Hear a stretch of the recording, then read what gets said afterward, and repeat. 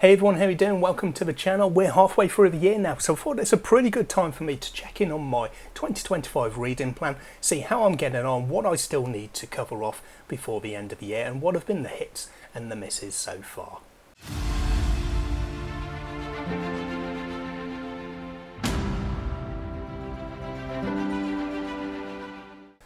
So every year for the last few years I've set myself a reading plan. I normally go by categories, so I have in this instance for 2025 6 categories, each consisting of 5 books, and normally I just count the single book in there. Some of them are series continuations or starts, but I count one book rather than however many books are in or left in that particular series. So I've got 30 books on my reading plan for 2025, and yeah, it's time for me to go through and do a little check-in and see how I'm getting on with that. So the 6 categories that I had for my reading plan this year were series continuations, which speaks for itself. It's book 2, or yeah, 4 of them are book 2, one of them is book 3 in a series that I'd already started and wanted to continue and hopefully finish as well this year. Then I've got series to start, which again is self-explanatory. It's book 1 of a series that I'll hopefully enjoy and read more of.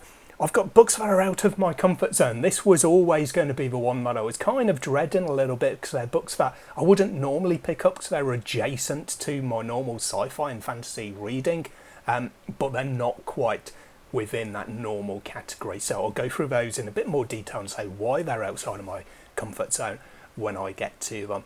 I've got soft DNF Redemption. So again, this is another one that slightly fills me with dread. This is books where I've read at least one book in the series, decided after a while, actually I'm not getting back to this one. I've not picked up book 2, so I'm going to call it a soft DNF. I might get back to it at some point. And for these 5 books, or these 5 series, 2025 is the year that I'm planning to try them again. Then I've got science fiction, which again speaks for itself. It's books that are, whether they're standalone or parts of the series, book 1 in the series, they are science fiction rather than fantasy, because I've been having some good success with sci-fi over the last few years since I started adding it in any number to my regular reading. And then the last one, as with last year, is TBR jar picks. So I have a jar literally with slips of paper on of books what I've got in my physical collection, or some of them are Kindle ebooks as well, but yeah, whenever I get the opportunity at the end of the month, if I've completed my reading plan for the month, I'll dip in there and see what I'm going to read next, instead of just going through my TBR and trying to pick something for myself.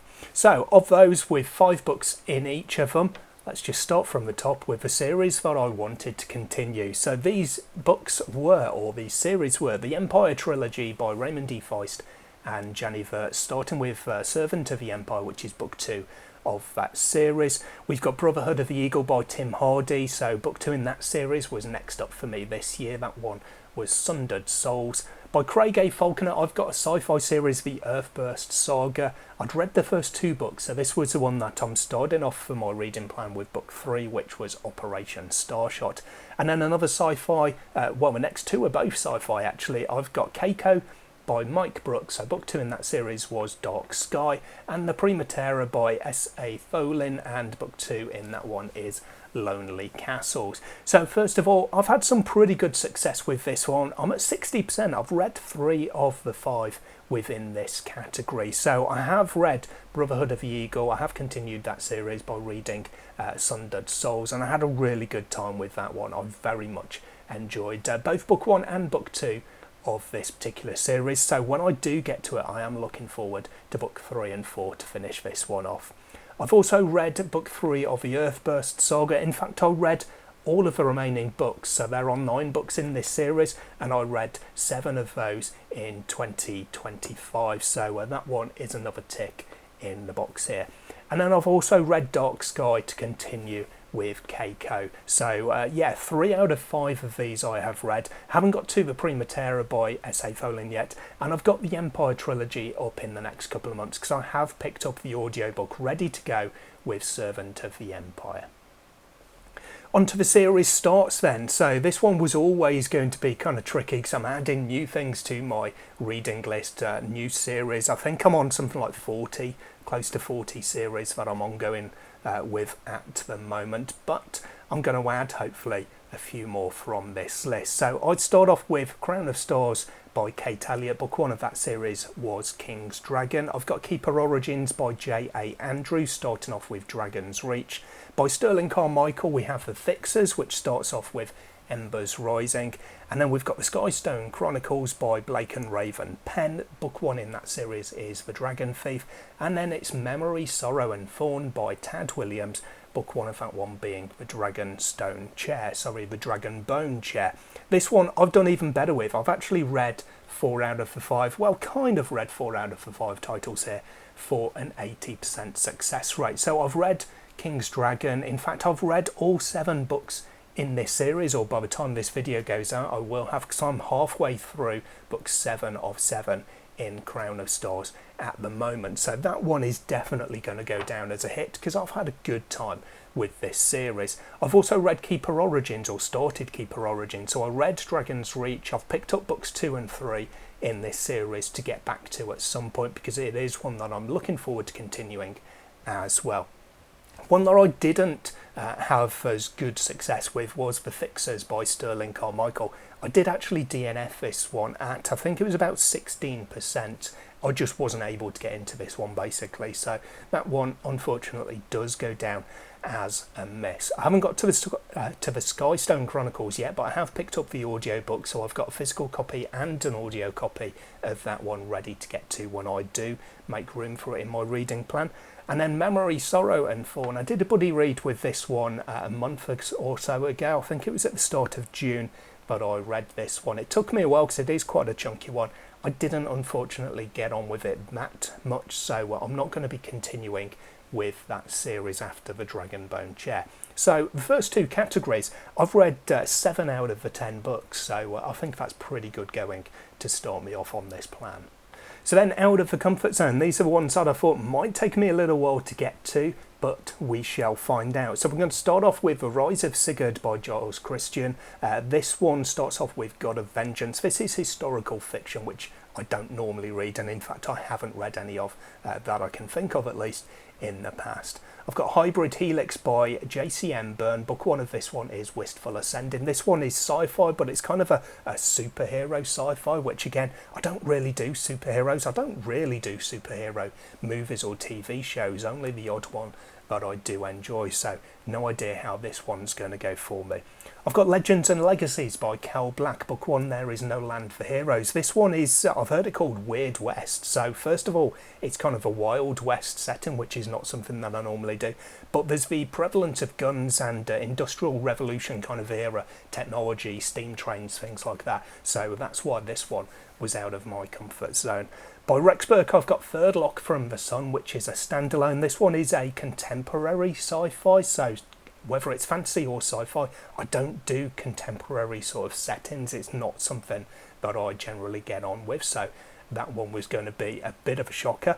And then we've got The Harlequin's Legacy, book 1 of the series of the same name by Andres Rosas Hot. This one is a bit more of a YA title, which is why it appears in this category for me. So despite them being series or books that were out of my comfort zone, I've had pretty good success with this one, at least in terms of the numbers so far.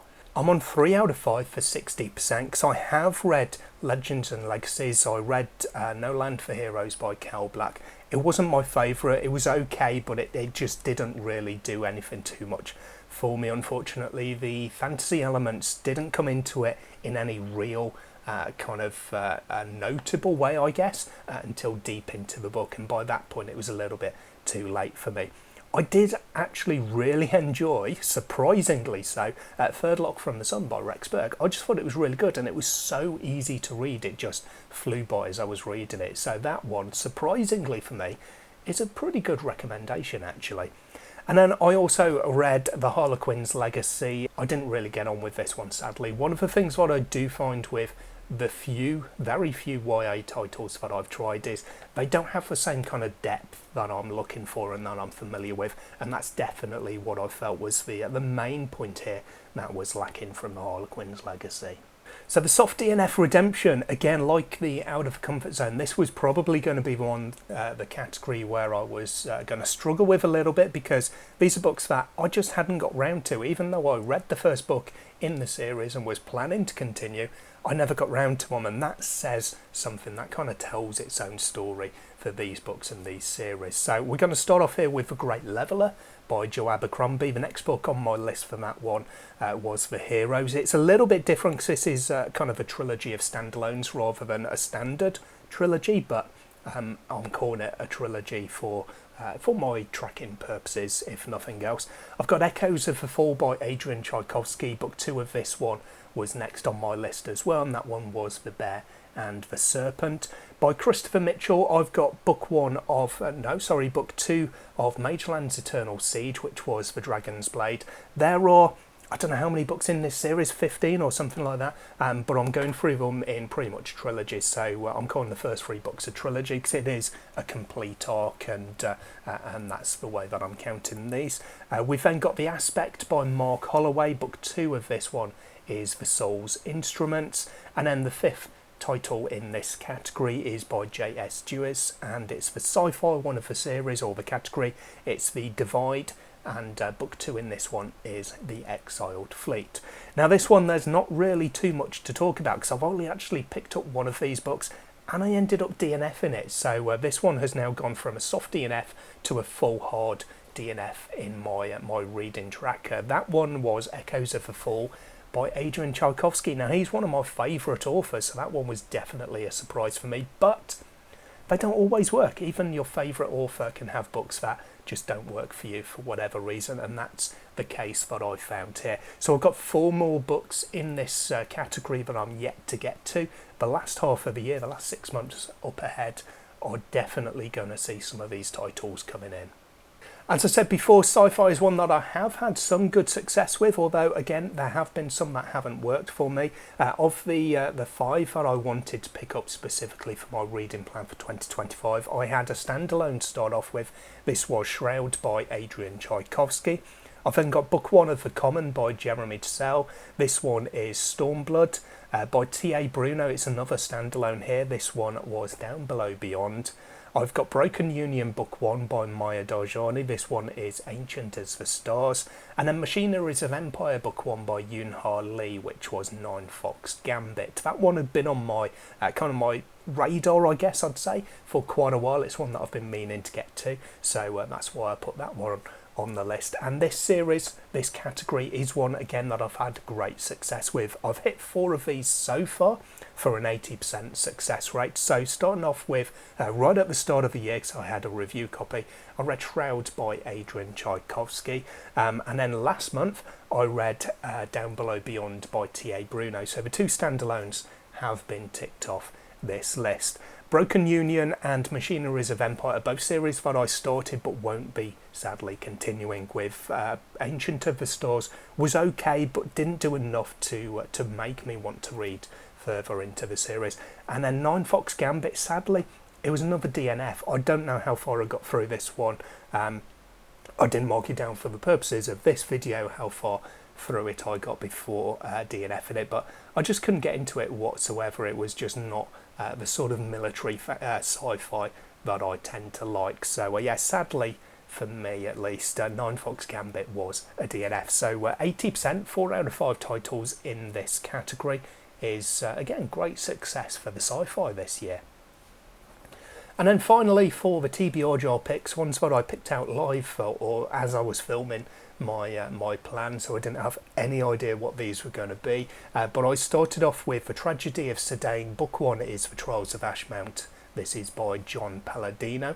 I've then got book 2 of Legend of Tell by J.D.L. Rosell. This one was A Queen's Command. The Blade and the Fang book 1 by Jed Hearn. This is Kingdom of Dragons. I've got another book 2, another 2 actually. First one is Crow's Gambit by Alex C. Pearce. Book 2 of this one is The Blood of Queens. And then the other one was book 2 of The Royal Champion by G.M. White. And that one was, or is, The Swordsman's Descent.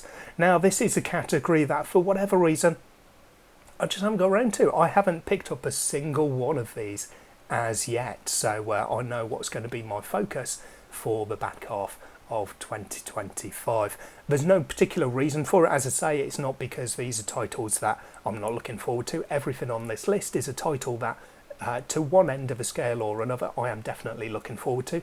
Otherwise I wouldn't have put them on my reading plan. So yeah, that's definitely a target for the second half of 2025. I've got a couple of titles in all of these. I haven't done 5 out of 5 in any of them as yet, but I've got a couple that need a little bit more work than others. So far I've got 15 in total out of the 30 books on my reading plan, which gives me a 50% success rate so far. So halfway through the year, halfway through the reading plan, I am bang on target. As far as the DNFs go, I have got 3 in total that I went through. I was just trying to remember if I said all 3 of them, and I did. So I've got 3 in total of the 15 that I've read on this list that were DNF. So that one is 20% of the books that I've read on this plan so far have ended up as DNF. So hopefully that remains just as that, and it'll be 10% of the total, 3 out of the 30 overall. But we shall see how it goes. So that's how I am with my 2025 reading plan. A little bit of work to do on a couple of categories, but I'm still looking forward to all of the books that are still to come on there. So how about you? Did you set yourself any reading goals for 2025? Let me know in the comments down below how you're getting on with yours. That's everything for me today. I hope you're doing well. I hope to see you in the next video sometime soon. Until then, as always though, take care of yourselves, read some good books. Bye for now.